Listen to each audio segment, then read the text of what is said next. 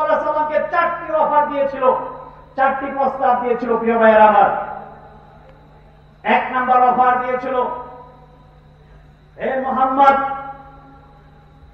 তুমি যে ইসলামের দাওয়াত দিচ্ছ, তুমি যে কোরআনের দাওয়াত দিচ্ছ, এই কোরআনের দাওয়াতের ফলে মানুষের মধ্যে অনৈক্য সৃষ্টি হচ্ছে, বিশৃঙ্খলা সৃষ্টি হচ্ছে। নাউযুবিল্লাহ।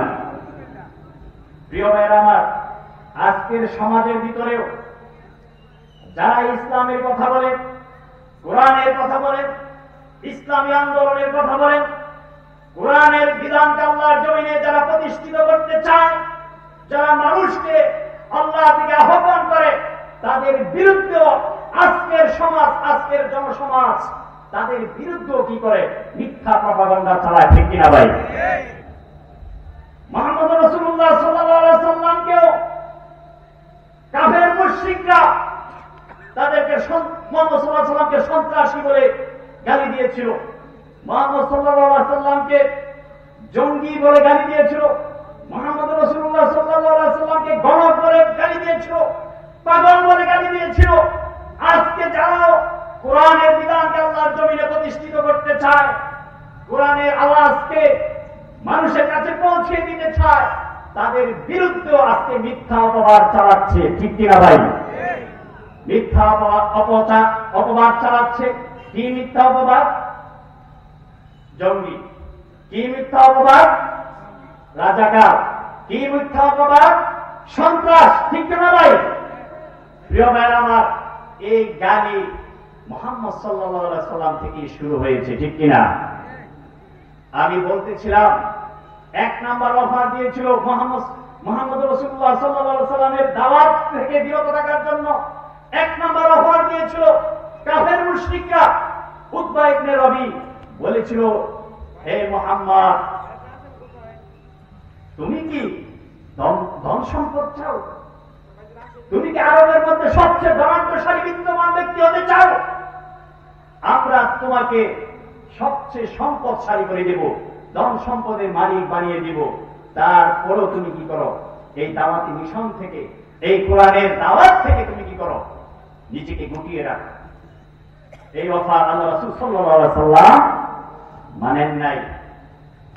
দ্বিতীয় যে প্রস্তাবটা করেছিল উতবা ইবনে রবি, যে তুমি কি নেতা হতে চাও? আমি তোমাকে আরবের মধ্যে নেতা বানিয়ে দিব। প্রিয় ভাইয়েরা আমার, আজকের সমাজেও যারা এই কোরআনের কথা বলে, ইসলামের কথা বলে, তাদের কাছেও কি আছে? অফার আসে। তাদের কাছে কি আসে? অফার আসে।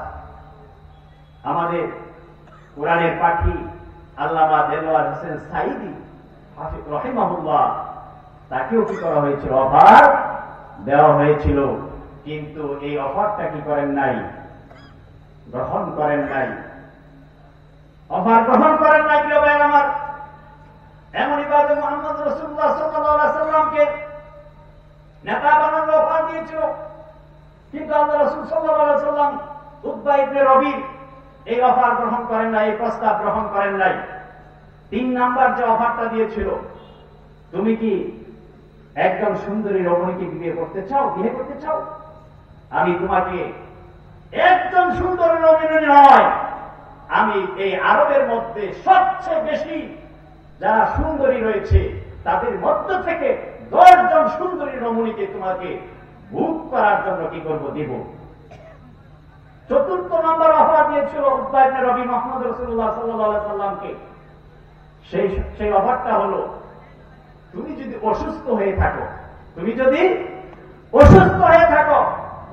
তোমার উপরে যদি কোনো জিনের আসর করে থাকে, তাহলে আমি তোমাকে বলছি যে তোমাকে সুস্থ করার জন্য কোনো কবিরাজ যদি দরকার পড়ে, তোমাকে সুস্থ করার জন্য যদি কোনো ডাক্তার দরকার পড়ে, তাহলে ডাক্তার দিয়ে, কবিরাজ দিয়ে আমরা তোমাকে সুস্থ করে তুলব। তারপরেও তুমি এই ইসলামের দাওয়াত, এই কোরআনের দাওয়াত থেকে তুমি কি করবে? নিজেকে গুটিয়ে রাখবে। প্রিয় ভাইয়েরা আমার, উতবা ইবনে রবির এই অফার শুনে জনাবে মুহাম্মদ রাসূলুল্লাহ সাল্লাল্লাহু আলাইহি ওয়াসাল্লাম উতবা ইবনে রবিকে উদ্দেশ্য করে বলছেন, ও উতবা ইবনে রবি, তোমার কথা কি শেষ? উতবা ইবনে রবি বলছে, হ্যাঁ আমার কথা শেষ। তখন আল্লাহর নবী জনাবে মুহাম্মদ রাসূলুল্লাহ সাল্লাল্লাহু আলাইহি সাল্লাম এই হামিম সিজদার আয়াতগুলি কি করলেন? তেলাওয়াত করে শুনিয়ে দিলেন। সুবহানাল্লাহ। এই হামিম সিজদার এই সূরাটা যখন উতবা ইবনে রবিকে শুনিয়ে দিলেন, তখন উতবা ইবনে রবি এই আয়াত শুনে, এই কোরআনের আয়াত শুনে এতই দিলের ভিতরে ধাক্কা লেগেছে, এতই প্রভাবিত হয়েছে যে উতবা ইবনে রবি আর কোন কথা বলেন নাই। মুহাম্মদ রাসূলুল্লাহ সাল্লাল্লাহু আলাইহি ওয়াসাল্লামের সাথে কোনো বাকবিতণ্ডায় লিপ্ত হন নাই। সোজা উতবা ইবনে রবি তার কুরাইশ সর্দারের কাছে চলে গিয়েছে। কুরাইশ সর্দারের কাছে গিয়ে সে বলল, তোমরা কি বলতেছো আবল তাবল? তুমি মুহাম্মদের ব্যাপারে তোমরা বলেছো গণক, তোমরা বলেছো পাগল, তোমরা বলেছো সন্ত্রাসী। এগুলি সব ডাহা মিথ্যা, এগুলি সব ডাহা মিথ্যা। তোমরা এগুলি কি মিথ্যা অপবাদ চালাচ্ছ তার বিরুদ্ধে? আমি যে বাণী শুনিয়েছি, এই বাণীর প্রভাব এখনো আমার অন্তর থেকে মুছে যায়নি। প্রিয় ভাইয়েরা আমার, উতবা ইবনে রবি যখন এই কথা বললেন কাফির এবং মুশরিকদের সাথে, কুরাইশ সর্দারদের সাথে, তখন কুরাইশ সর্দাররা উতবা ইবনে রবিকে বলল, উতবা ইবনে রবি, আমরা তোমাদেরকে পাঠিয়েছিলাম, তুমি তাকে বুঝিয়ে শুনিয়ে কি করবে? এই দাওয়াতি মিশন থেকে ফিরিয়ে রাখবে মুহাম্মদ রাসূলুল্লাহ সাল্লাল্লাহু আলাইহি সাল্লামকে, কিন্তু তুমি আবার তার জাদুর জালে কি করেছ? ভরে দিয়েছ।